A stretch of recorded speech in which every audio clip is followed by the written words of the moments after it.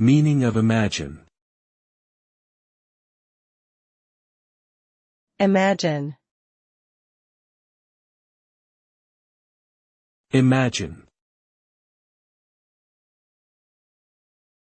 Imagine. Imagine.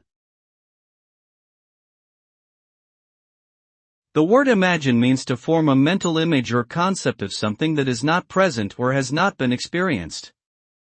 It involves using one's imagination to create a visual representation of something in one's mind. The act of imagining can be used for various purposes, such as problem solving, creative expression, or simply for entertainment.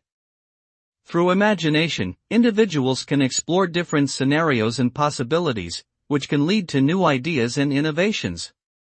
Ultimately, the power of imagination allows us to expand our understanding of the world and our place within it.